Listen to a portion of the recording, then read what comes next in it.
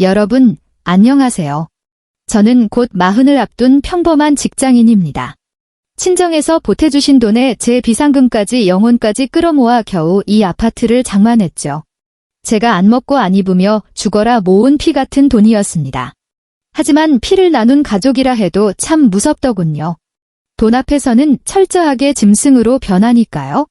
글쎄 이 인간들이 제가 피땀 흘려 산 집을 통째로 훔쳐내서 둘째 아들 사업빚을 갚아주려 한 거 있죠. 시댁 식구들의 이 소름 끼치도록 뻔뻔한 만행을 알게 되었을 때 저는 소리를 지르거나 머리채를 잡고 싸우지 않았습니다. 오히려 그들을 향해 우아하게 미소 지어 보였죠. 그러고는 지극히 합법적이고 철저한 방식으로 이 쓰레기들에게 완벽한 지옥을 선물했습니다. 제가 어떻게 이 인간들을 처참하게 짓밟아 주었는지 지금부터 그 통쾌한 복수극을 들려드릴게요. 시간을 4년 전 남편과 아직 연애하던 시절로 되돌려 보겠습니다. 그때 그 인간은 아주 다정하고 성실한 척을 했었죠. 시어머니와의 첫 만남은 지금도 생생합니다. 우리는 분위기 좋은 한정식 집에서 처음 만났어요. 종업원이 미닫이 문을 열자마자 사건이 터졌죠. 시어머니는 자리에 앉지도 않고 곧장 제게 달려들더니 제 두 손을 덥석 부여잡고 위아래로 힘차게 흔들어 댔습니다. 그러더니 글쎄 가짜 눈물까지 글썽이며 가증을 떠는 게 아니겠어요. 아이고, 내가 바로 우리 지은이 짝이구나. 네, 어머니. 처음 뵙겠습니다. 잘 부탁드려요. 아이고, 이게 어디 며느리야. 귀하디 귀한 막내딸이지. 어머니는 제 손등을 쓰다듬으며 본격적인 연기를 시작했습니다. 내가 아들만 둘을 낳아서 딸 없는 게 평생의 한이었단다.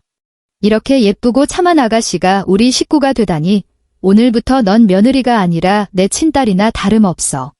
정말 감사합니다. 어머니. 앞으로 제가 잘 모실게요. 무슨 소리니? 모시긴 뭘 모셔? 앞으로는 그냥 친엄마 대하듯이 마음껏 어리광도 피우고 투정도 부리렴. 정말이다. 엄마는 내가 우리 식구가 돼서 너무 기뻐. 그 완벽한 가짜 눈물과 발림코에 저는 완전히 속아 넘어갔습니다. 식사 내내 어머니는 비싼 고기 반찬을 제 숟가락에 올려주시며 살갑게 굴었죠. 남편도 옆에서 제 어깨를 감싸 안으며 맞장구를 쳤습니다. 거봐. 내가 우리 엄마가 너 엄청 좋아할 거라고 했잖아. 응, 어머니 정말 따뜻하고 좋은 분이셔. 우리 엄마도 법 없이도 살 분이거든. 앞으로 우리 세 식구 진짜 행복하게 잘 살자. 그때만 해도 저는 제게 든든한 가족이 하나 더 생긴 줄만 알았습니다. 꿀처럼 달콤했던 그 친딸이라는 말이 얼마나 무서운 함정인지도 모른 채 바보같이 간쓸게 다 빼줄 뻔했죠. 그들의 진짜 본색은 결혼식이 끝나자마자 적나라하게 드러났습니다. 길었던 신혼여행을 마치고 돌아오던 길이었죠. 비행기에서 내려 공항버스에 막 올라탔을 때 우리 신혼집까지는 1시간 정도 더 가야 하는 상황이었습니다. 그런데 갑자기 시어머니에게서 다짜고짜 전화가 걸려왔어요. 내가 너희 먹을 반찬 좀 해왔는데 도어록 비밀번호가 몇 번이니? 저는 순간 제 귀를 의심하며 몹시 당황해서 물었습니다. 네. 어머니, 지금 저희 집 앞이세요? 그래, 반찬통이 너무 무거우니까 얼른 비밀번호나 불러라. 저희 아직 공항버스 아닌데 미리 연락이라도 좀 주시지 그러셨어요. 아이고, 식구끼리 집에 오는데 무슨 예약을 한다고 그렇게 유난이니? 제 명의로 된 집에 저도 없는데 마음대로 들어가겠다고요? 저는 몹시 묘하고 불쾌한 기분이 들어 최대한 웃으며 거절했습니다. 어머니, 그래도 빈집에 어머니 혼자 들어가시는 건 좀 그래서요. 비밀번호를 알려드리기가 영 곤란하네요. 정말 죄송해요. 제가 내일 퇴근하고 직접 어머니 댁으로 가지러 갈게요. 참나, 너 지금 어른을 빈집 터는 도둑 취급하는 거니? 식구끼리 비밀번호를 꽁꽁 숨겨두고 대체 뭘 어쩌자는 거야? 내가 내 친아들 집에 들어가는 것도 안 돼? 내 집처럼 편하게 들락날락해야 그게 진짜 피를 나눈 가족이지. 옆에 앉아 제 통화 내용을 듣고 있던 남편은 마치 저를 바보 취급하듯 쯧쯧 혀를 찼습니다. 여보, 엄마가 우리 먹으라고 반찬 갖다 주신다는데 당신 왜 이래? 그래도 빈집에 함부로 들어오시는 건 좀 그렇잖아. 부부 사이에 내 집이 내 집이고 그게 곧 우리 가족 집이지. 당신 돈으로 샀다고 벌써부터 선 긋고 유세 떠는 거야? 우리 식구가 우리 집에 오는 게 그렇게 싫고 기분 나빠? 이 황당하고 뻔뻔한 궤변에 저는 머리가 멍해졌습니다. 결혼하자마자 제 집이 시댁의 공동재산으로 변해버린 것 같았죠. 하지만 갓 신혼을 시작한 마당에 버스 안에서 남편과 핏대를 세우며 큰 소리로 싸우고 싶진 않았습니다. 결국 저는 억지로 도어록 비밀번호를 알려주고 말았습니다. 그것이 제 집을 지옥으로 만들어버린 끔찍한 실수였죠. 그날부터 시어머니의 뻔뻔한 침입이 시작되었습니다. 예고도 없이 불쑥불쑥 찾아와 제 안방까지 싹 다 뒤집어 놓기 일쑤였죠. 그러던 어느 날 퇴근하고 집에 돌아왔는데 거실 구석이 휑했습니다. 친정엄마가 사주신 비싼 로봇 청소기가 사라진 겁니다. 당황해서 안방문을 열어보고는 더 기가 막혔습니다. 제가 비염이 있어서 친정엄마가 큰맘 먹고 사주신 무겁고 비싼 최신형 공기청정기까지 감쪽같이 사라진 거예요. 저는 집에 도둑이 든 줄 알고 덜덜 떨며 남편에게 전화를 걸었습니다. 여보, 큰일 났어. 우리 집 도둑 맞았어. 거실 로봇 청소기랑 안방 공기청정기가 없어졌어. 그런데 남편은 아주 태평하게 대답하더군요. 아, 그거 당황하지 마. 낮에 동생이랑 엄마가 다녀갔어. 뭐? 내 혼수인데 왜 나한테 묻지도 않고? 오늘 낮에 엄마가 갑자기 전화하더니 동생 자취방에 먼지가 너무 많아서 청소기가 필요하대. 마침 동생이 자기 차를 끌고 왔길래 내가 온 김에 실어 가라고 했어. 내가 집 비밀번호 알려줬더니 둘이 알아서 챙겨갔더라. 저는 하마터면 바닥에 주저앉을 뻔했습니다. 이건 뭐 대놓고 2인조 빈집털이나 다름없잖아요. 게다가 남편이라는 작자가 친히 문까지 열어주다니요. 아니, 주인 몰래 슬쩍 가져가면 그게 도둑질이지. 너 말 조심해. 가족끼리 어떻게 도둑질이니 뭐니 그런 막말을 해. 당장 내일 도련님 찾아가서 내 물건 다 찾아와. 남편은 오히려 저를 쪼잔한 사람으로 몰아붙였습니다. 명색이 형수라는 사람이 고간 물건 좀 줬다고 그렇게 아까워? 불쌍한 동생 챙겨줄 생각은 안 하고 당신 진짜 너무하다. 그깟 청소기 하나 때문에 사람을 이렇게 볶아대야겠어? 식구끼리 서로 좀 나누고 베풀고 살면 어디가 덧나냐? 진짜 피곤하게 하네. 남편의 이 어처구니 없는 가스라이팅에 제 마음의 벽은 완전히 와르르 무너져 내렸습니다. 다음 날 저는 떨리는 손으로 시어머니에게 전화를 걸었습니다. 어머니, 그거 저희 친정엄마가 저 쓰라고 사주신 거예요. 아이고, 그깟 기계 쪼가리 하나 썼다고 친정 들먹이면서 유세 떠는 거니? 그 무거운 걸 도련님까지 차에 태워오셔서 몰래 훔쳐가셨잖아요. 이게 도둑질이랑 다를 게 뭐예요? 당장 돌려주세요. 내가 명색이 형수인데 시동생 숨 넘어가는 걸 빤히 보고만 있을 작정이냐? 그건 도련님이 알아서 청소하고 해결할 문제죠. 어머니, 대체 왜 허락도 없이 남의 물건을 함부로 가져가시는 거예요? 너 참 정냄이 떨어진다. 내 물건만 그렇게 애틋하고 이기적이니? 가족끼리 좋은 게 좋은 거지 며느리가 돼서 심보가 너무 고약하구나. 가족이면 남의 비싼 혼수를 마음대로 훔쳐가도 되는 거예요? 이게 무슨 말버릇이야. 며느리가 돼서 어른한테 이렇게 악독하게 굴다니. 시어머니는 자기 할 말만 우다다 쏟아내고는 전화를 뚝 끊어버렸습니다. 남의 물건을 훔쳐가놓고 도리어 저를 매정한 악질 며느리로 만들어버렸죠. 그들은 늘 가족이라는 비열하고 더러운 핑계 뒤에 숨어서 제가 피땀 흘려 마련한 재산과 물건들을 아무렇지 않게 훔쳐갔습니다.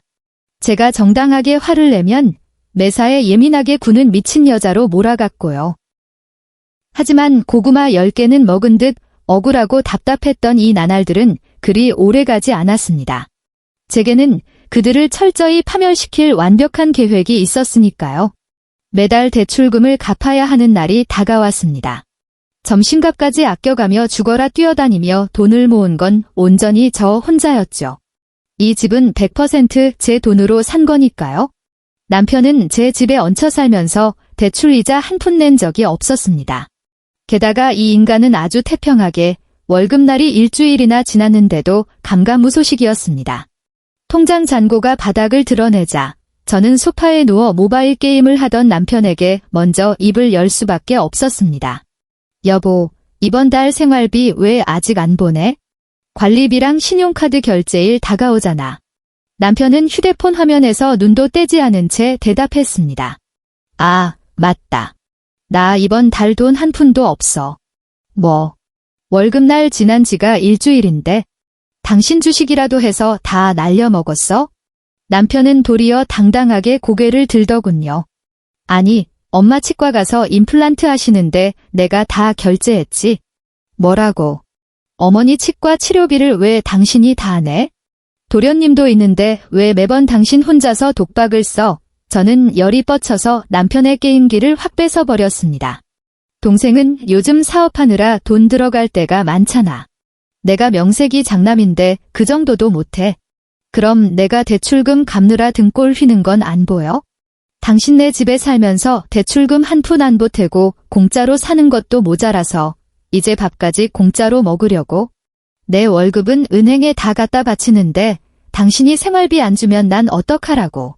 아이고, 부부끼리 뭘 그렇게 째째하게 따져?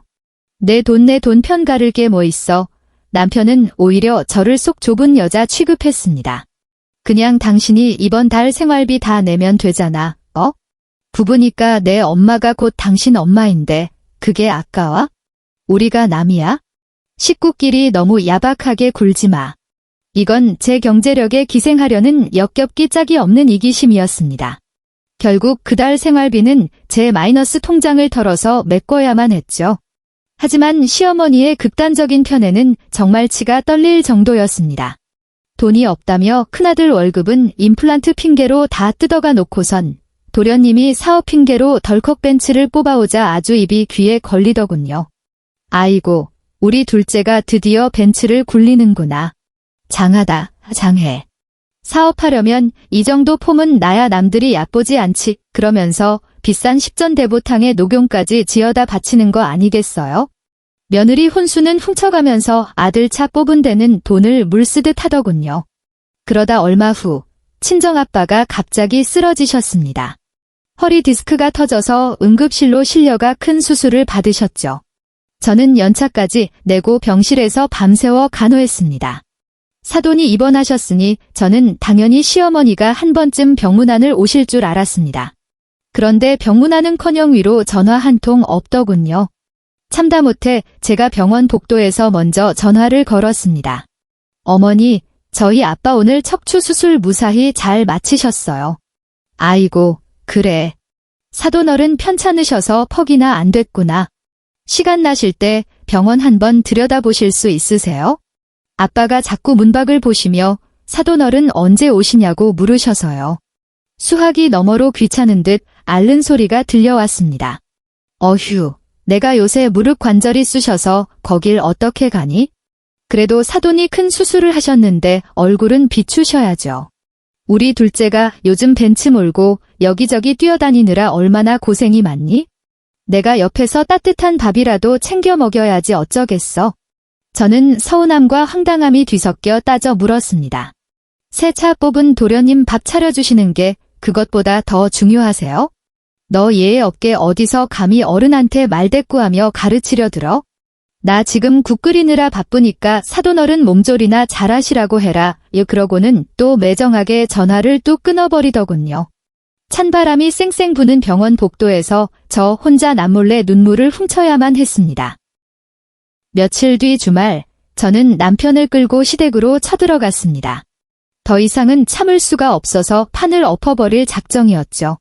소파에 앉아 뻔뻔하게 과일을 깎아 먹는 두 사람 앞에 섰습니다. 어머니, 저희 아빠 퇴원하셨는데 끝내 안 오시더라고요.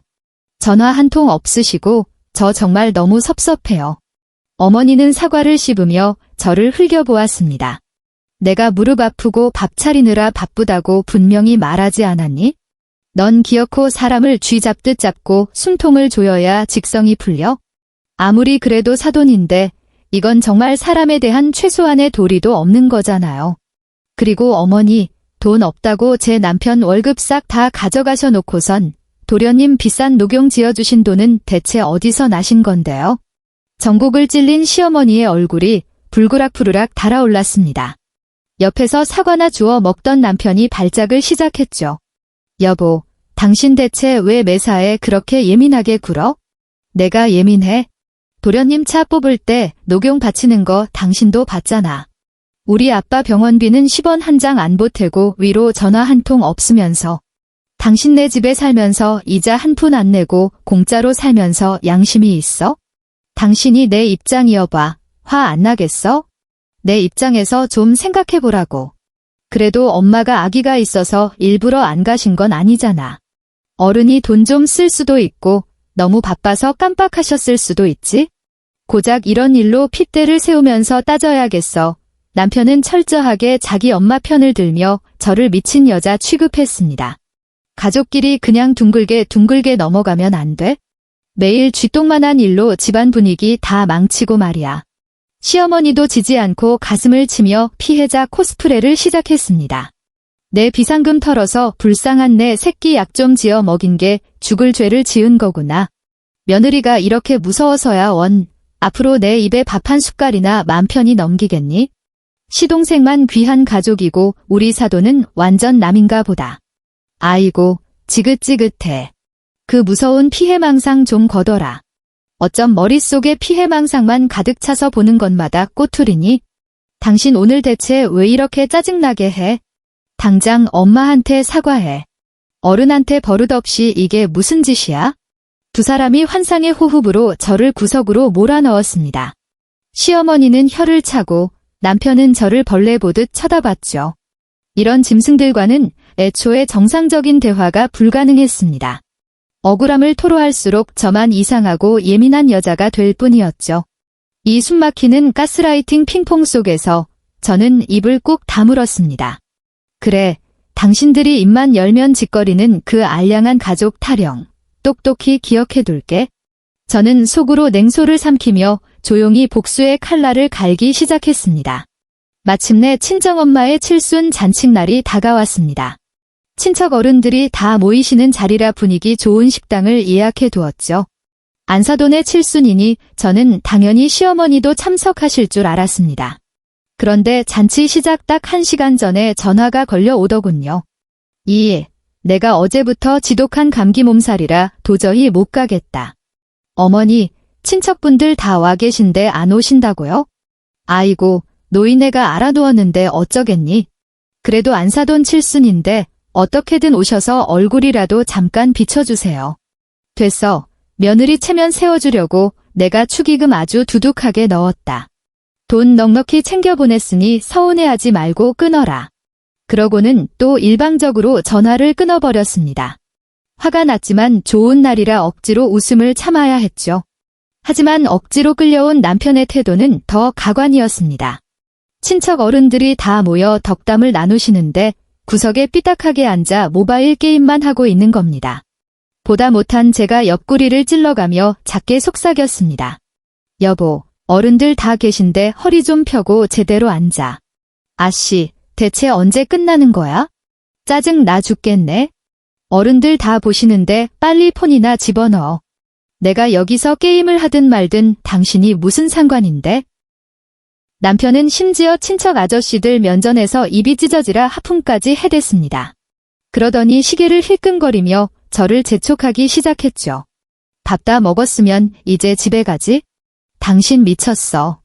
우리 엄마 칠순인데 나보고 혼자 먼저 가라고? 아이고, 주말에 쉬지도 못하고 이게 무슨 고생이냐? 사위가 돼서 친척들 술 한 잔 따르는 것도 안 하는데 당신은 대체 뭐 하는 거야? 내가 왜 여기서 모르는 사람들 비위를 맞춰야 해? 숨 막혀 죽겠네. 나 먼저 차에 가 있을 테니까 알아서 해라.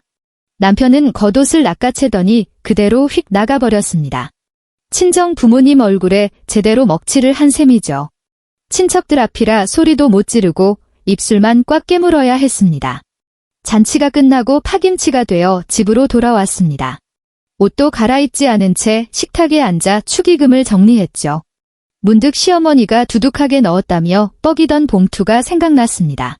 며느리 기 세워주려고 듬뿍 넣었다고 하니 내심 기대도 됐고요. 하지만 봉투를 여는 순간 제 눈을 의심하고 말았습니다. 그 안에는 구깃구깃한 5만 원짜리 지폐 한 장이 덜렁 들어 있었습니다. 뭐라고요? 안 사돈 칠순에 고작 5만 원. 시동생 벤츠 뽑을 땐 수십만 원짜리 보약을 턱턱 사다 바치더니 사돈 칠순엔 거렁뱅이 적선하듯 구겨진 5만 원짜리 한 장을 던진 겁니다. 기가 차서 헛웃음이 터져나오고 손발이 부들부들 떨렸습니다. 당장 남편을 족치려고 다가서는데 베란다 쪽이 시끌벅적했습니다. 남편이 문을 반쯤 열어둔 채 시어머니와 통화를 하고 있더군요. 제가 다가간 줄도 모르고 아주 신이 나서 큰 소리로 떠들고 있었습니다. 엄마 나야. 방금 장모네 식구들 밥 먹는 거 싹 무시하고 그냥 왔어. 아이고, 잘했다 잘했어. 주말에 거기서 얼마나 고생이 많았니? 밥도 맛없고 친척들 말은 또 얼마나 많은지 피곤해 죽는 줄 알았다. 그러니까. 얼른 와서 엄마랑 시원하게 맥주나 한잔하자. 스피커폰을 켜두었는지 수화기 너머로 그 역겨운 목소리가 선명하게 들려왔습니다. 근데 엄마, 동생한테 사채업자들이 들이닥쳤다며? 말도 마라. 아주 난리도 아니야. 당장 돈 안 갚으면 큰일 난다면서 펄펄 뛰더라. 그러니까 엄마, 걔 인감도장 몰래 훔쳐서 집 팔아버리자니까. 어차피 우리 부부인데 내가 대리인으로 계약하고 돈 받으면 그만이잖아. 남편의 그 말에 제 심장이 바닥으로 쿵 떨어졌습니다. 서류 위조하는 건 내가 알아서 잘 꾸미고 도장이나 대충 찍어버려. 당장 금매로 날려버리고 일단 동생 사업빚부터 갚아주자고. 저는 베란다 문 뒤에 숨어 두 손으로 입을 틀어막았습니다. 근데 엄마, 나중에 걔가 알고서 길길이 날뛰면 어쩌지? 가족끼리 빚 좀 갚아주겠다는데 지가 설마 경찰에 신고라도 하겠니? 그것도 그러네. 우리 부부고 가족인데 지가 어쩔 거야? 남도 아니고. 근데 엄마, 아주 큰 문제가 하나 있어. 계약할 때 공인중개사가 집주인인 걔한테 확인 전화를 할 거란 말이지. 아, 맞다. 본인 통화가 안 되면 중개사가 돈을 안 보낼 텐데. 그러니까 걔가 절대 전화를 못 받을 타이밍을 노려야 해. 알았어, 엄마. 걔 폰 꺼질 때 무조건 도장 훔쳐서 싹 다 처리해버릴게. 동생 빚을 갚아주려고 내 아파트를 몰래 팔아넘길 작당을 하다니. 순간 온몸에 피가 차갑게 식어내리며 소름이 쫙 돋았습니다. 당장이라도 베란다 문을 박차고 나가 그 인간의 뺨을 후려갈기고 싶었죠. 하지만 저는 덜덜 떨리는 손을 부여잡고 조용히 뒷걸음질 쳤습니다. 화장실로 숨어 들어가 거울 속 제 모습을 쳐다보았습니다. 억울해서 흘러내린 눈물을 찬물로 깨끗하게 씻어냈죠. 그래요. 지금 제가 미친년처럼 펄펄 뛰며 나가봤자 그 인간들은 콧방귀도 뀌지 않을 겁니다. 오히려 저만 예민하고 이상한 미친 여자로 취급받겠죠. 거울을 보며 천천히 심호흡을 하자 머릿속이 비정상적일 만큼 차갑게 식어갔습니다. 감정의 스위치를 끄고 오직 이성만 남겨두기로 했죠. 입가에는 서늘하고 우아한 미소가 번지기 시작했습니다. 그래 좋아. 부부고 가족이니까 내가 감히 당신들을 어쩌겠어? 가족이니까 비밀도 없고 내 돈도 없는 거지? 당신들이 그렇게 맹신하는 그 위대한 가족의 법칙, 지금부터 나도 토씨 하나 안 틀리고 철저하게 지켜줄게. 저는 변기 뚜껑을 닫고 앉아 완벽한 덫을 짜기 시작했습니다. 어떻게 해야 저 멍청한 남편을 사기범으로 구속시킬 수 있을까? 소리를 지르거나 쌍욕을 퍼붓는 대신 저는 머릿속으로 아주 치밀한 지옥을 설계했습니다. 제 피를 빨아먹으려 드는 이 파렴치한 인간들을 짓밟아버릴 지옥을 말이죠. 내 집을 팔아서 빚을 갚겠다고?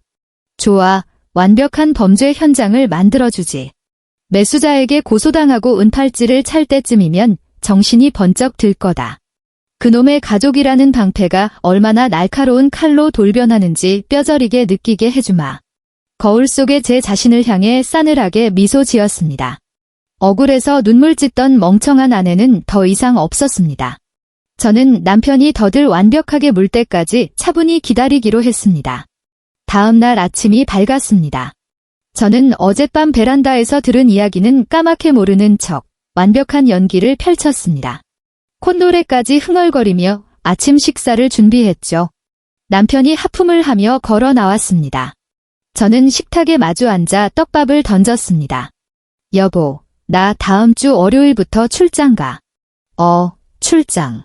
갑자기 웬 일주일씩이나 남편의 두 눈이 반짝였고 실룩거리는 입꼬리를 주체하지 못하더군요. 회사에서 단체로 보안 연수원에 들어가거든. 거기가 기업 기밀 다루는 곳이라 규정이 엄청 빡빡해. 입구에서 직원들 개인 폰을 싹 다 압수당해. 꼬박 일주일 동안 외부랑 완전히 연락 두절이야. 그 말을 듣자마자 남편은 숟가락을 탁 내려놓았습니다. 뭐? 꼬박 일주일 동안 전화 한 통 안 된다고? 응, 아무리 급한 일 생겨도 내 전화는 못 받아. 집주인 본인 확인 같은 건 더더욱 절대 불가능하고. 아이고, 우리 마누라 고생이 많네. 근데 휴대폰 없이 일주일을 어떻게 버텨? 회사 업무인데 어쩌겠어. 연락 안 돼도 당신 집에서 잘 지내고 있어? 남편은 아마 속으로 쾌재를 부르며 미쳐 날뛰고 있었을 겁니다. 어젯밤 끙끙 앓며 걱정했던 문제가 지금 너무나 완벽하고 깔끔하게 해결되어 버렸으니까요. 공인중개사가 집주인에게 확인 전화를 걸어도 제가 알아서 일주일 동안 폰을 꺼두겠다니 이보다 완벽한 범죄 타이밍이 또 어디 있겠습니까? 집안일은 내가 다 알아서 할 테니까 당신은 푹 쉬다와 이 남편은 아주 다정한 애처가인 척 가증을 떨었습니다. 저는 그 멍청한 얼굴을 보며 속으로 비웃었습니다. 마음껏 기뻐해라. 그게 내 인생 마지막 미소가 될 테니까. 드디어 결전의 금요일 오후가 되었습니다. 저는 반차를 내고 주민센터로 향했죠. 창구에서 발급일자가 가장 최신인 제 명의의 인감증명서를 한 통 발급받았습니다. 집으로 돌아온 저는 안방 서랍장을 열었습니다. 남편이 훔쳐가기 딱 좋게 맨 위 칸을 일부러 비워두었죠. 갓 떼온 따끈따끈한 집문서를 바닥에 깔고 그 위에 평소 제가 쓰던 인감도장을 올려두었습니다. 여기서 아주 중요한 핵심 포인트가 하나 있습니다. 대리 계약을 하려면 제 신분증 원본도 필요하거든요. 그래서 지갑에서 운전면허증을 꺼내 도장과 증명서 옆에 아주 보기 좋게 세팅해 두었습니다. 진짜 신분증은 제 지갑에 고이 모셔두고 이 운전면허증을 미끼로 던져준 겁니다. 누가 봐도 지금 당장 계약서에 도장을 찍을 수 있는 완벽한 세트 메뉴였죠. 주말 내내 남편은 안방 문 앞을 기웃거렸습니다. 제가 화장실에 갈 때마다 서랍장을 열어보고 확인하더군요. 도장과 신분증이 고스란히 있는 걸 확인하고는 아주 입이 찢어지라 웃어댔습니다. 발급 날짜가 어제야. 완전 따끈따끈하네. 신분증 원본까지 있다니 하늘이 나를 돕는구나. 스스로를 천재라고 착각하며 신나서 중얼거리더군요. 하지만 제가 버젓이 집에 있으니 아직은 훔칠 수가 없어서 군침만 꼴깍꼴깍 삼키며 월요일 아침이 오기만을 기다렸을 겁니다. 마침내 운명의 월요일 아침이 밝았습니다. 저는 출장용 캐리어를 끌고 현관으로 나섰죠. 여보, 나 연수원 다녀올게. 일주일 뒤에 봐. 오냐. 조심히 다녀오고 폰 뺏겨도 당황하지 마. 몸조심하고 도련님한테 안부나 전해줘. 남편은 세상에서 가장 환한 미소를 지으며 제 등을 떠밀었습니다. 저 현관문이 닫히자마자 당장 안방으로 튀어들어가 그 완벽한 가짜 서류 세트를 가방에 쑤셔 넣었겠죠. 심장이 터질 듯 쿵쾅거리고 당장 부동산으로 달려갈 미친 생각에 뇌가 저려져 있었을 겁니다. 하지만 저는 연수원이 아니라 주민센터로 향했습니다. 도착하자마자 창구 직원에게 신분증을 내밀었죠. 제 지갑 속에 꽁꽁 숨겨두었던 진짜 주민등록증 말입니다. 인감도장을 아예 새로 바꾸려고요. 예전 도장은 분실 처리해주시고 이걸로 새로 등록해주세요. 직원은 즉시 전산에 제 새로운 도장을 등록해 주었습니다. 그럼 집에 있던 예전 도장은 이제 완전히 못 쓰는 거죠? 네, 방금 폐기 처리되었기 때문에 법적 효력이 전혀 없습니다. 아무리 똑같이 생겼어도 이제 그건 그냥 플라스틱 쪼가리일 뿐이에요. 직원의 확답을 듣자 짜릿한 전율이 일었습니다. 도장 변경은 5분도 채 걸리지 않았죠. 그 짧은 찰나에 남편 가방에 들어있던 그 도장은 국가전산망에서 완전히 폐기된 쓰레기로 전락해버린 겁니다. 법적 효력이라곤 쥐뿔도 없는 휴지 조각 말입니다. 남편은 이 사실을 꿈에도 모른 채 그 폐기된 쓰레기 도장을 꼭 쥐고 대리인 행세를 하며 위임장을 아주 예쁘게 써 내려가고 있겠죠.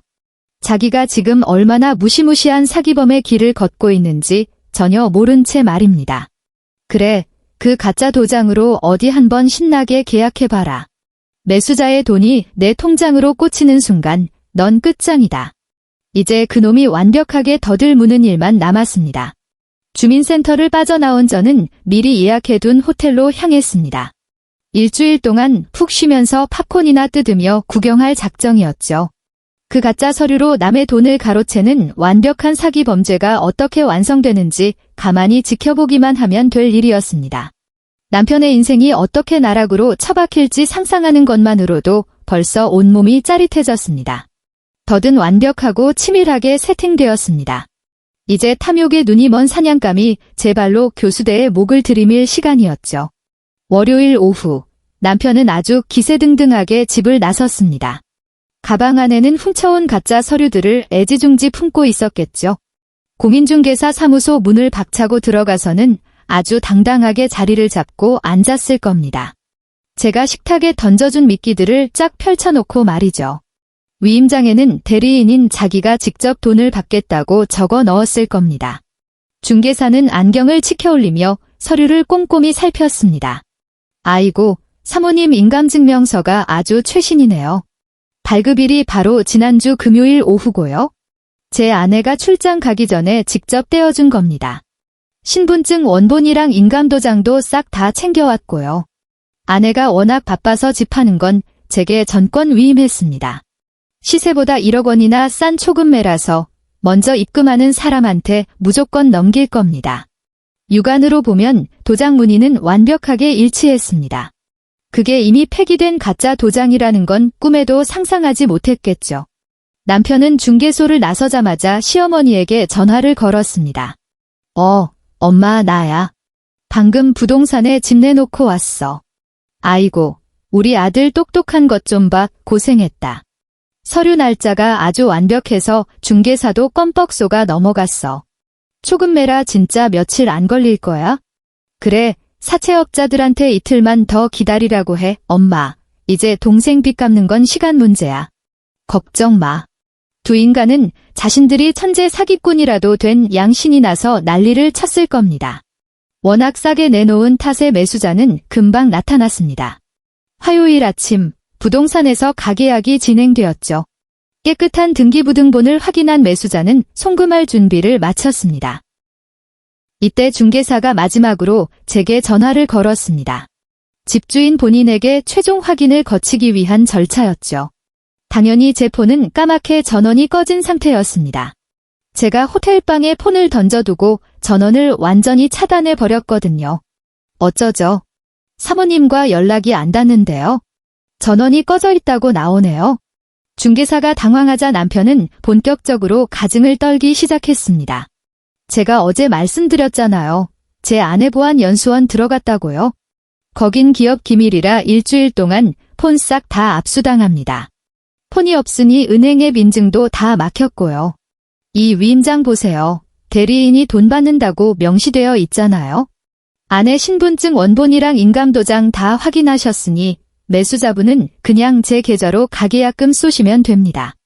시세보다 1억이나 싼 금매인데 이거 놓치실 거예요? 놓치기 싫으시면 지금 당장 5천만 원 입금하세요. 남편의 이 뻔뻔한 배짱에 매수자도 넘어가고 말았습니다. 결국 가계약금 5천만 원이 남편 계좌로 입금되었죠. 돈이 꽂히자마자 남편은 곧바로 시동생 계좌로 전액 이체해버렸습니다. 엄마, 내 통장으로 들어온 돈 방금 둘째한테 다 보냈어. 우리 아들 덕분에 드디어 급한 불 껐다. 걔는 연수원에서 폰 뺏겨서 아무것도 모르고 있겠지? 당연하지. 주말에 걔가 돌아올 때쯤이면 이미 상황 다 끝났어. 두 사람은 전화기를 붙잡고 마치 축제라도 열린 듯 쾌재를 불렀습니다. 같은 시각, 저와 친정엄마는 등기소에 있었습니다. 엄마가 운영하시는 법인 회사 명의로 서류를 꾸몄죠. 제 아파트에 무려 10억 원짜리 근저당권을 설정해 버렸습니다. 제가 엄마 회사에서 10억 원을 빌린 것처럼 꾸민 거죠. 집주인인 저는 어제 새로 바꾼 진짜 인감도장을 쥐고서 아주 당당하고 합법적으로 근저당권 서류를 제출했습니다. 이렇게 화요일 오후 10억 원짜리 진짜 근저당권이 생겨났습니다. 이제 제 집은 매수자가 절대 살 수 없는 집이 된 거죠. 그 가계약금 5천만 원은 완벽한 사기 피해액이 되어버렸고요. 드디어 폭풍전야의 수요일 저녁이 되었습니다. 시댁 식구들은 친척들까지 다 불러 모아 비싼 한우 고깃집에 모여 있었죠. 남편은 일찍 퇴근해서 콧노래를 부르며 먼저 식당으로 향했습니다. 저는 남편이 집을 비운 그 시간을 완벽하게 이용했습니다. 미리 불러둔 포장이사 센터 직원들이 들이닥쳤죠. 제 옷과 귀중품들을 싹 다 쓸어 담아 제가 미리 구해둔 원룸으로 전부 옮겼습니다. 텅 빈 거실에 서 있는데 갑자기 제 휴대폰이 요란하게 울리기 시작했습니다. 부동산 중개소 소장님의 다급하고 삑사리까지 나는 목소리였죠. 사모님, 왜 이렇게 연락이 안 되셨어요? 대체 어떻게 된 일입니까? 저는 통화 녹음 버튼을 누르고 아주 우아하게 대답했습니다. 네, 소장님. 연수원 지금 저녁 식사 시간이라 잠깐 폰을 켰어요. 무슨 일 있으신가요? 저희 집에 무슨 문제라도 생겼나요? 무슨 일이냐고요?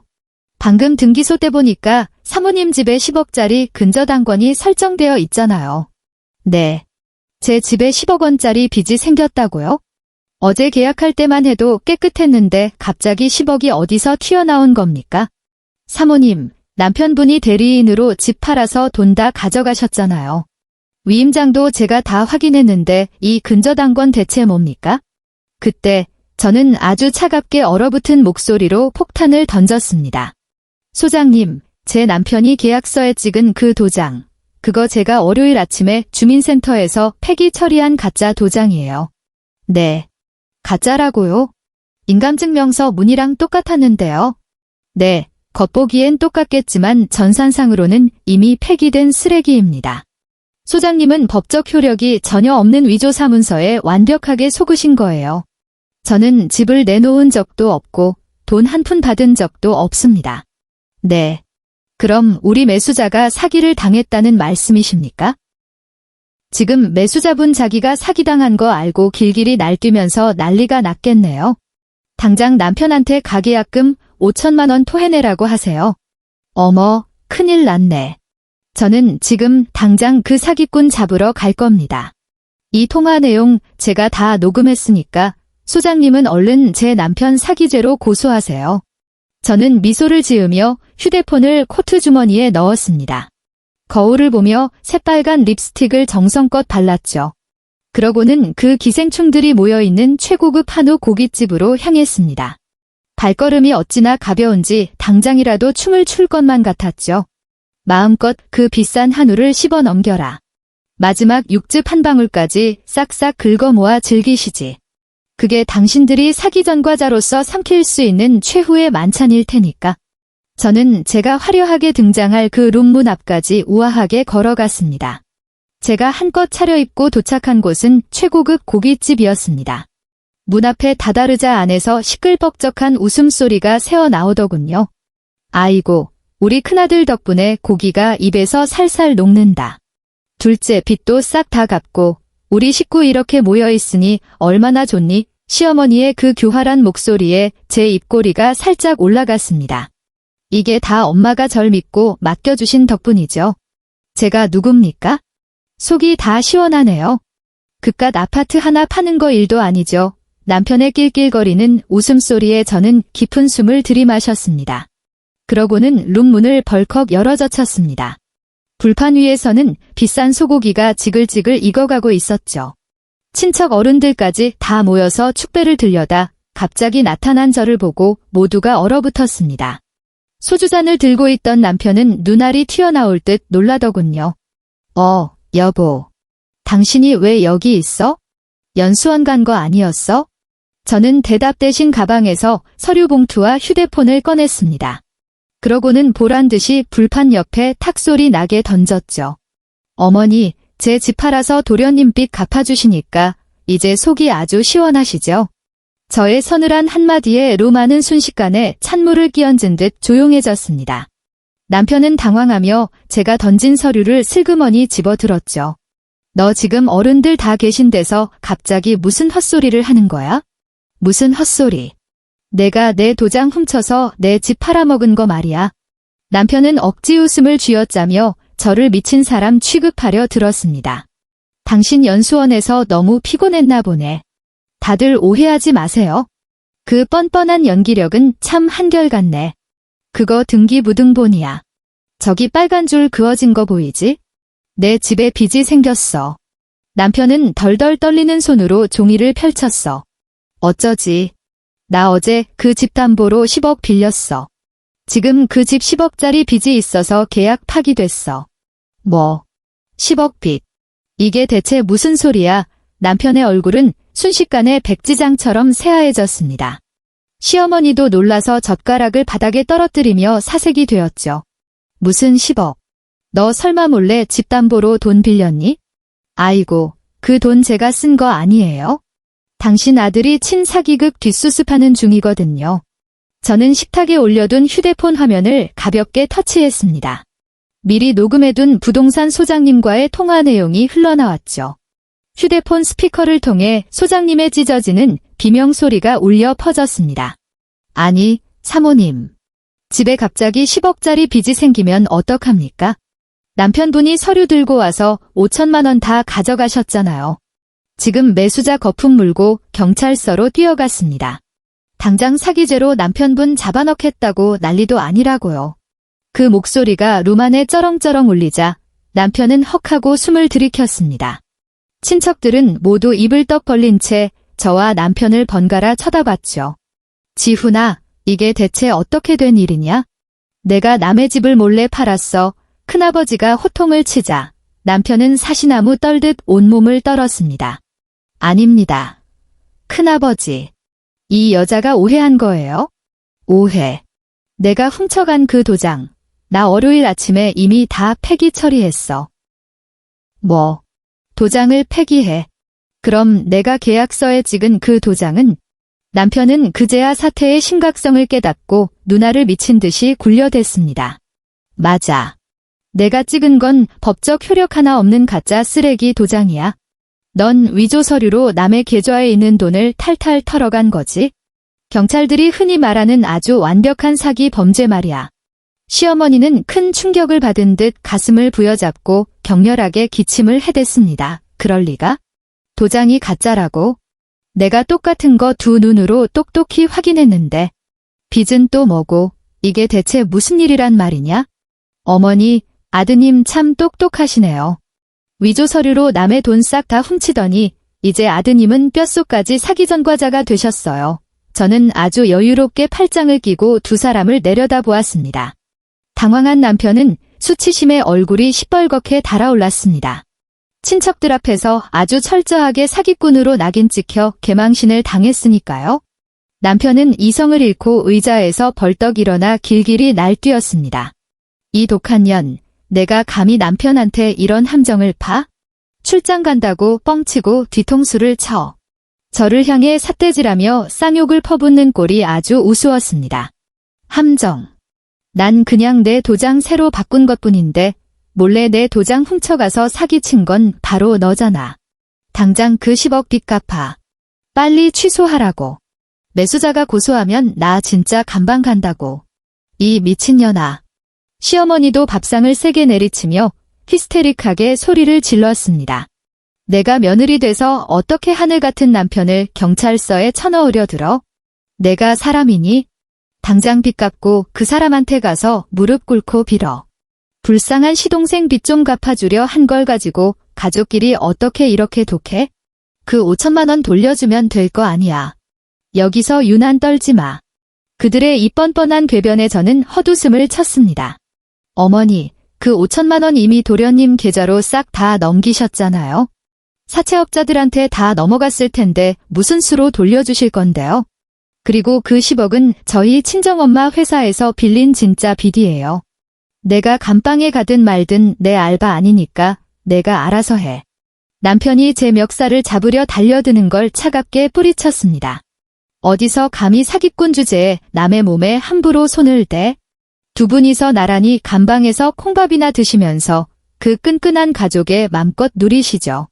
불똥이 튈까 겁이 난 친척들은 하나둘 슬그머니 자리를 떴습니다. 화려했던 승리의 만찬은 완벽한 아수라장으로 변해버렸죠. 불판 위에서 까맣게 타버린 고기처럼 그들의 인생도 끝장난 겁니다. 저는 길길이 날뛰는 그들을 조용히 지켜보았습니다. 눈도 깜짝하지 않고 얼음장처럼 차갑게 다가갔죠. 남편은 도살장 끌려가는 돼지처럼 비명을 질러댔습니다. 너 진짜 나 감방에 보낼 작정이야? 이 미친년아. 식구끼리 좀 도와주는 게 뭐 어때서 이 지경까지 만들어? 또다시 흘러나온 그 지긋지긋한 가족 타령에 저는 희미하게 미소 지었습니다. 그러고는 그들이 써먹었던 핑계를 토시 하나 안 틀리고 그들의 얼굴에 내리꽂았죠. 어머니, 가족끼리는 비밀도 없어야 한다면서요? 내 집처럼 맘대로 들락거려야 진짜 식구라면서요? 가족이니까 도련님 빚 갚아주는 것도 당연하다면서요? 제가 한 글자 한 글자 또박또박 되묻자 시어머니의 얼굴이 일그러졌습니다. 제 비싼 공기청정기 훔쳐가실 때 뭐라고 하셨어요? 가족끼리 좋은 게 좋은 건데 좀 베풀면 덧나냐고 하셨죠. 그래서 저도 당신들의 가족의 법칙을 똑같이 지켜드린 것뿐이에요. 너도 허구한 날 나보고 예민하다, 짜증난다 하지 않았어. 가족끼리 둥글게 넘어가자며 날 무시했지. 이제 너도 내 가족이니까 아주 둥글게 잘 해결해봐. 매수자가 사기죄로 경찰에 고소했으니까 내가 알아서 책임져. 부부고 식구니까 경찰 조사받는 것쯤은 기꺼이 기뻐해야지. 남편의 얼굴은 시뻘겋게 달아오르고 화가 나서 온몸을 바들바들 떨었습니다. 웃기지 마. 너도 내 아내니까 공범이나 다름없어. 집주인인 내가 모른 척 넘어가주면 돼. 경찰한테 가서 내가 직접 시킨 일이라고 말해. 이 철면피 같은 꼬락서니를 보니 기가 차서 헛웃음이 났습니다. 저는 가방에서 종이 뭉치를 하나 더 꺼내 집어 던졌습니다. 이거 아까 소장님이 벌벌 떨면서 사진 찍어 보내준 거야? 내가 그 가짜 도장 꾹꾹 눌러 찍어 만든 대리인 위임장. 그리고 아주 정성스럽게 내 사인까지 들어간 가계약서. 대리인 칸에 아주 똑똑하게 내 이름만 떡하니 써놨더라. 내 계좌 놔두고 굳이 내 통장으로 돈 받은 거 아주 칭찬해. 내 통장에는 10원 한 장 안 들어왔거든. 내 덕분에 난 이 사기극이랑 아무런 상관이 없어졌지. 부동산 CCTV에 내가 아주 청산유수로 사기치는 장면 다 찍혔고, 내가 그 5천만 원 받자마자 도련님한테 토스한 기록도 다 남아있어. 매수자는 그 위조 서류들 들고 지금 경찰서 문 부수기 직전일걸. 이건 부부싸움이 아니라 남의 돈 등쳐먹은 악질 범죄야. 내가 도저히 빠져나갈 수 없는 아주 완벽한 단독 범행이라고. 내가 고소한 게 아니라 내가 사기친 그 사람이 신고한 거야? 난 그저 남편한테 도장 도둑 맞은 불쌍한 피해자일 뿐이지. 저는 일말의 자비도 없이 팩트를 뼈에 못 박듯 때려 박았습니다. 남편은 그제야 자기가 판 무덤이 얼마나 깊은지 깨달았죠. 눈알이 심하게 떨리더니 다리에 힘이 풀려 털썩하고 식당 바닥에 주저앉았습니다. 옆에서 듣고 있던 시어머니도 그제야 사태의 심각성을 파악했습니다. 금쪽 같은 큰아들이 진짜로 은팔찌를 차게 생겼으니까요. 아이고, 맙서사. 예, 며느리야. 내가 어떻게 남편한테 이러니? 경찰서 가서 한마디만, 내가 시킨 거라고 한마디만 해서 덮어주라, 응? 우리 큰아들 전과자 되면 내 얼굴에도 먹칠하는 거잖니. 알량한 자존심은 갖다 버리고 애걸복걸하기 시작했습니다. 어머니, 이제 와서 친딸인 척 며느리야 하고 부르지 마시죠. 남의 집 귀한 딸 피눈물 흘리게 해놓고 이제 와서 무슨 수작이세요? 저는 바퀴벌레 보듯 시어머니를 굽어보았습니다. 그러고는 바닥에 주저앉은 남편의 얼굴 위로 종이 한 장을 툭 던졌습니다. 제가 미리 도장을 쾅쾅 찍어둔 이혼 소장 말입니다. 바닥에 흩날리는 종이를 보고 남편은 혼비백산했습니다. 이거 이혼 합의서야. 내 도장은 이미 꾹 눌러 찍어놨어. 사기 전과자 된 놈이랑 내가 구역질나게 계속 살 것 같아. 내 짐은 오늘 오후에 포장이사 불러서 싹 다 뺐어. 내가 누워 뒹굴던 거실 소파, 그거 내가 돈 주고 산 거라 그것도 다 가져갔지? 비밀번호도 바꿨으니까 앞으로 내 집 근처엔 얼씬도 할 생각 마. 이제 넌 사기 전과자 딱지 붙은 아주 찌질한 이혼남이야. 매수자한테 물어줄 돈이랑 나한테 줄 이혼 위자료나 준비해둬. 남편은 바닥을 기어와 제 바지가랑이를 꽉 부여잡았습니다. 여보, 내가 진짜 잘못했어. 내가 진짜 미쳤었나 봐. 제발 이번 한 번만 살려줘. 나 진짜 감방 가기 싫어. 그냥 가족 빚 좀 갚아주려다 그런 거야? 제발 한 번만 용서해줘. 콧물 눈물 쏙 빼며 아주 비굴하게 매달리더군요. 벤츠 끌고 온갖 폼은 다 잡고 다니던 시동생은 코빼기도 안 비치는데 자기 혼자 독박을 쓰게 생겼으니 얼마나 미치고 팔짝 뛰겠습니까? 가서 그 불쌍한 도련님한테 너 대신 감방 들어가 달라고 빌어봐. 가족끼리 서로 돕고 사는 거라며 아주 눈물겹고 애틋한 형제애네 저는 더러운 쓰레기를 털어내듯 그 비굴한 손을 매몰차게 쳐냈습니다. 어머니는 아주 정성껏 금쪽 같은 큰아드님 옥바라지나 잘하시고요. 다시는 그 더러운 낯장 내 눈앞에 들이밀지 마세요. 저는 코트깃을 우아하게 정리하고 미련 없이 뒤돌아섰습니다. 룸에 덩그러니 남겨진 짐승들은 바닥을 치며 통곡을 해댔죠. 아이고, 내 새끼 감방 가게 생겼네. 이 독한 년아. 등 뒤로 시어머니의 쌍욕이 날아왔지만 제 알바 아니었습니다. 그 최고급 한우 고깃집 복도를 빠져나오는 제 발걸음은 깃털처럼 가벼웠습니다. 10년 묵은 체증이 싹 다 내려가는 기분이랄까요? 찌질하고 역겨운 기생충들을 완벽하게 잘라내 버렸으니까요. 새로 구한 원룸에서 짐 정리를 마치고 시원한 아이스 아메리카노를 한 잔 탔습니다. 이제 이 사기꾼들을 사회적으로 완전히 매장해버릴 차례였죠. 제가 직접 나서서 동네방네 떠들 필요도 없었습니다. 아주 교묘하고 우아하게 살짝 바람만 잡으면 될 일이었으니까요. 저는 남편 회사 동료의 아내에게 전화를 걸었습니다. 사내 소문 퍼뜨리는데 아주 선수인 입 가벼운 언니였죠. 어머, 진영 엄마. 저 지은이 아내예요. 그동안 잘 지내셨어요? 아이고, 오랜만이네요. 웬일로 전화를 다 주시고? 저는 훌쩍훌쩍 우는 소리를 내며 아주 가련하게 연기를 했습니다. 진영 엄마, 저 너무 무섭고 떨려서 전화드렸어요. 혹시 주변에 이혼 전문 변호사 아시는 분 계세요? 어머나, 이혼. 김 과장님한테 무슨 일 생겼어요? 제 남편이 제 인감도장 훔쳐서 부동산 사기를 쳤어요. 매수자 가계약금 가로채서 지금 경찰 조사받고 있거든요. 뭐라고요? 사기. 멀쩡한 김 과장님이 왜 사기를 쳐요? 동생 사업빚 갚아준다고 서류를 위조했대요. 어제 한우 고깃집에서 그 사실 알고 저 당장 집 나왔어요. 세상에 맙서사. 어머, 어쩜 이런 일이 다 있어? 진짜 미쳤네. 회사에는 절대 비밀로 해주셔야 해요. 아시죠? 진영 아빠한테도 돈 거래 조심하시라고 꼭 귀띔만 해주시고요.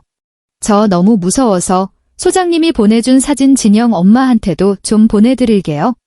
저는 아주 친절하게도 남편이 위조한 계약서 사진까지 카톡으로 전송해 주었습니다.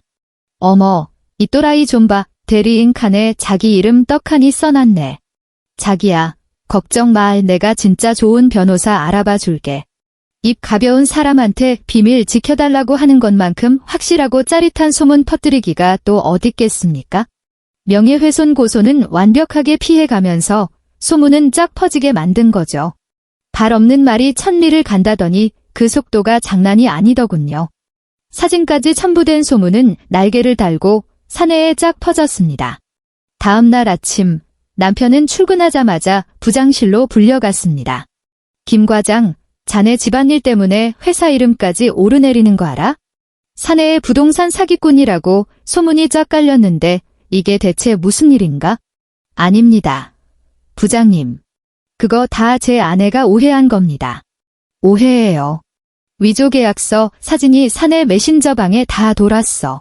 다들 경찰 조사받는 파렴치한 사기꾼이랑은 같이 일 못하겠다고 난리야. 직원들이 자네랑 같은 공간에 있는 것만으로도 구역질 난다더군. 일단 짐 싸서 자택 대기해. 조만간 징계위원회 열릴 테니까 당장 짐 싸서 나가. 남편은 하루아침에 회사에서 사기꾼으로 낙인 찍혀 쫓겨나는 신세가 되었습니다. 기세등등하던 시동생의 상황은 더 스펙터클했습니다. 제가 시동생과 동업하던 투자자 선배에게 전화를 걸었거든요. 예전에 결혼식 축의금 명부에서 연락처를 알아둔 사람이었습니다.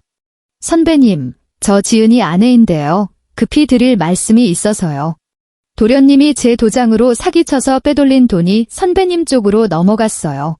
선배님, 혹시 그 사기친 돈이 선배님 회사로 흘러 들어갈까 봐 걱정돼서요. 작물 취득으로 경찰 조사라도 나올까 봐 너무 무섭네요. 눈치 빠른 투자자는 기겁하며 당장 전화를 끊었습니다. 아니, 사기친 돈으로 빚을 갚아. 당장 내 투자금 다 빼. 투자자가 발을 빼자 나머지 거래처들도 줄줄이 끊겨 나갔습니다. 벤츠 끌고 다니며 청년 사업가 코스프레 하던 것도 완벽하게 막을 내렸죠. 이 두 형제는 그렇게 쌍으로 나락에 처박혔습니다. 매수자의 사기 고소장이 정식으로 경찰서에 접수되자 미쳐 돌아가던 그 악질들에게서 하루에도 수백 통씩 전화가 걸려왔습니다. 저는 햇살이 쏟아지는 새 원룸 거실에 앉아 아주 여유를 만끽하고 있었죠. 향긋한 시원한 아이스 아메리카노를 마시며 휴대폰 화면에 뜨는 메시지들을 감상했습니다. 시어머니는 짐승처럼 악에 바쳐 문자를 보냈습니다. 이 독한 년, 내가 감히 내 금쪽 같은 새끼들을 망쳐놔. 내 눈에 흙이 들어가도 위자료 한 푼 못 준다. 천벌 받으련 벼락이나 맞아 죽어라. 저는 콧방귀를 뀌며 남편이 보낸 문자도 확인했습니다. 여보, 제발 부탁이야. 나 진짜 사기죄로 감방 가게 생겼어. 회사에서도 잘렸어. 제발 그 사람한테 고소 취하해달라고 좀 설득해줘. 내가 평생 당신 소처럼 일하며 모실게. 제발 부탁이야. 하나같이 찌질하게 콧물 눈물 흘리며 구걸하는 내용뿐이었습니다. 어디서 쓰레기 냄새가 진동을 하네. 감방 가서 콩밥이나 실컷 드셔. 저는 이 협박과 회유의 문자들을 아주 재밌게 감상했습니다. 그러고는 한치의 망설임도 없이 전체 차단 버튼을 꾹 눌렀죠. 역겨운 인간들과의 연결고리를 완벽하게 끊어버렸습니다. 이제 제가 할 일은 그들이 파멸해가는 꼴을 지켜보는 것뿐이었습니다. 오늘따라 커피 맛이 기가 막히게 달콤하더군요. 새로 구한 원룸에서 며칠 푹 쉬고 주말 저녁에 친정으로 향했습니다. 부모님께는 그동안 있었던 일을 전부 털어놓았거든요. 두 분은 제 두 손을 꼭 잡고 고생했다며 눈물을 흘리셨습니다. 우리 세 식구가 모여 오붓하게 저녁 식사를 하고 있는데 갑자기 대문 밖이 무척 시끄러워졌습니다. 누군가 대문을 때려 부술 듯 쾅쾅 두드려댔죠. 깜짝 놀란 엄마가 현관문을 살짝 열었습니다. 문 틈바구니로 시어머니와 남편이 우악스럽게 밀고 들어왔습니다. 염칠하곤 쥐뿔도 없이 남의 집 현관 바닥에 털썩 주저앉더군요. 그러더니 대성통곡을 하며 머리를 바닥에 찧어댔습니다. 아빠는 숟가락을 내려놓고 현관으로 성큼성큼 걸어 나가셨습니다. 저도 아빠 뒤에 서서 이 벌레들을 내려다보았죠.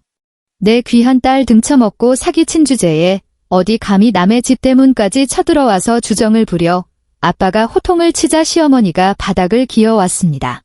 아이고, 사돈어른. 저희가 정말 죽을 죄를 지었습니다. 제발 이번 한 번만, 우리 새끼들 한 번만 살려주십시오. 우리 지훈이 전과자 되면 저도 못 삽니다.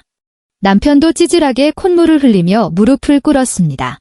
장인어른, 제가 진짜 미쳤었습니다. 두 번 다시 안 그러겠습니다. 평생 장인 장모님 종노릇하며 모시겠습니다. 매수자가 사기죄로 경찰에 고소했다는데 우리 집에 와서 무슨 행패야. 우린 절대 합의 안 해줄 거니까 감방에나 들어가. 아빠의 불호령에 시어머니는 본색을 드러냈습니다. 사돈어른, 우리 애가 감방 안 가는 방법이 딱 하나 있습니다. 며느리가 경찰서 가서 자기가 위임장 써준 거라고, 자기가 도장 빌려준 거라고 한마디만 해주면 됩니다. 뭐라고? 내 딸더러 경찰서 가서 거짓말을 하라고?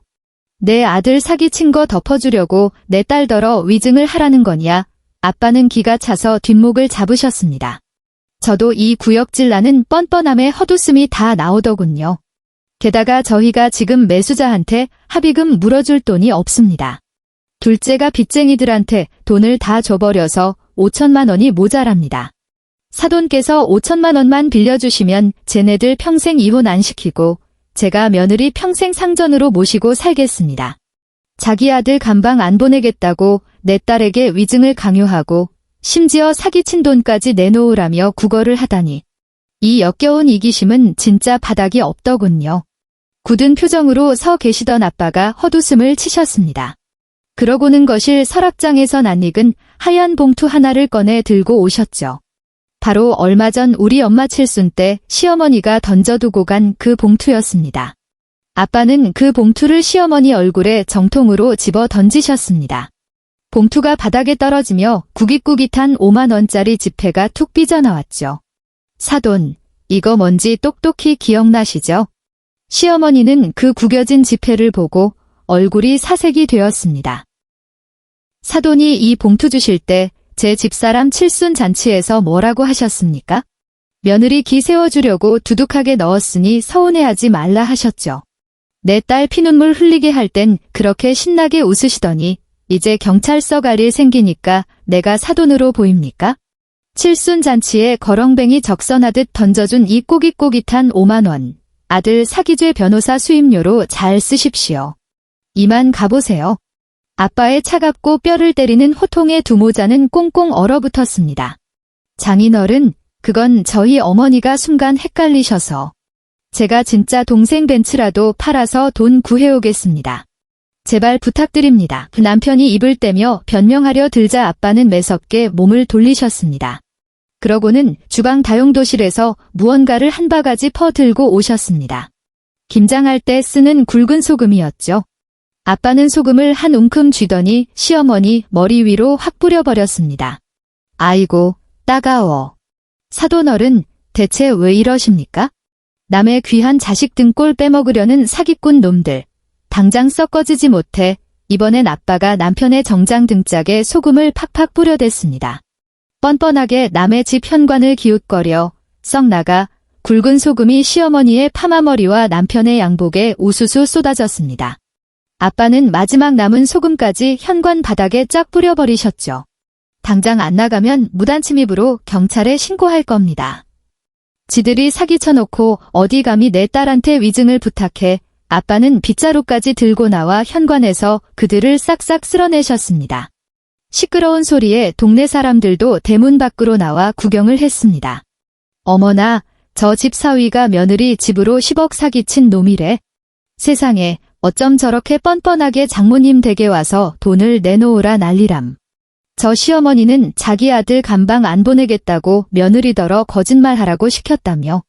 이웃들의 수군거림과 조롱 섞인 눈빛이 화살처럼 쏟아졌습니다. 고상하고 교양 있는 척하던 시어머니는 수치심에 고개조차 들지 못했죠. 남편도 양복에 묻은 소금을 털어내며 도망치듯 골목을 빠져나갔습니다. 불 켜진 주방에서 도망치는 더러운 쥐새끼들 같았죠. 저는 아빠 뒤에 서서 그 모든 걸 아주 평온하게 지켜보았습니다. 아빠가 현관에 굵은 소금을 뿌리고 호통을 치실 때마다 제 가슴 속에 맺혀있던 새까만 응어리가 깨끗하게 씻겨 내려가는 기분이었습니다. 아이고, 우리 아빠 진짜 속 시원하네. 소금 뿌린 거 진짜 최고였어.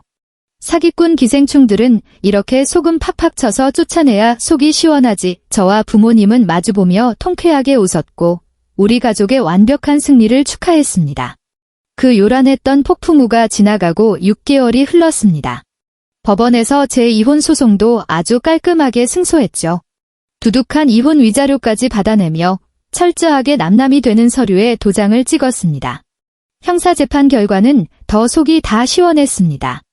남편과 시어머니는 사문서위조 및 사기죄로 쌍으로 구속되었죠. 부동산 소장님이 넘긴 CCTV 영상과 위조 서류들이 빼박 증거가 되었습니다. 당장 매수자에게 가계약금 5천만 원을 물어내야 했지만 시동생 빚 갚는데 다 써버려서 한 푼도 없었죠. 결국 합의를 하지 못한 두 모자는 나란히 실형을 선고받았습니다. 시어머니는 법정에서 마지막까지 아주 추악하게 발악을 했습니다. 판사 앞에서 무릎을 꿇고 며느리가 시켰다며 거짓말을 해댔죠. 아이고, 판사님. 우리 며느리가 자기 도장 쓰라고 시킨 겁니다. 우리는 아무것도 모르고 그냥 며느리가 시키는 대로 한 것뿐이에요. 하지만 제가 제출한 주민센터 인감 변경 기록 앞에서는 아무 소용이 없었습니다. 판사님은 탁자위 서류를 쾅쾅 내리치며 시어머니에게 호통을 쳤죠. 피고인. 며느리가 출장 가던 날 아침에 이미 인감도장을 폐기했는데 감히 법정에서 그런 황당한 거짓말로 기만을 합니까? 반성의 기미가 전혀 없으므로 엄벌에 처하겠습니다. 판사님의 호령에 시어머니는 그 자리에서 거품을 물고 쓰러질 뻔했습니다. 남편도 사시나무 떨듯 떨며 판사님께 살려달라고 빌었지만 이미 너무 늦었죠. 가족 빚 갚아주려다 온 식구가 나란히 감방에서 콩밥을 먹게 되셨네요. 참 눈물겹고 애틋한 핏줄입니다. 어머니. 저는 피고인석을 보며 속으로 싸늘하게 비웃어 주었습니다. 매수자 사기 피해액 보상과 저에게 줄 이혼 위자료 때문에 시어머니가 목숨처럼 아끼던 아파트도 결국 경매로 넘어가고 말았습니다. 시동생은 벤츠를 팔아치워도 빚을 다 못 갚아서 파산했고요.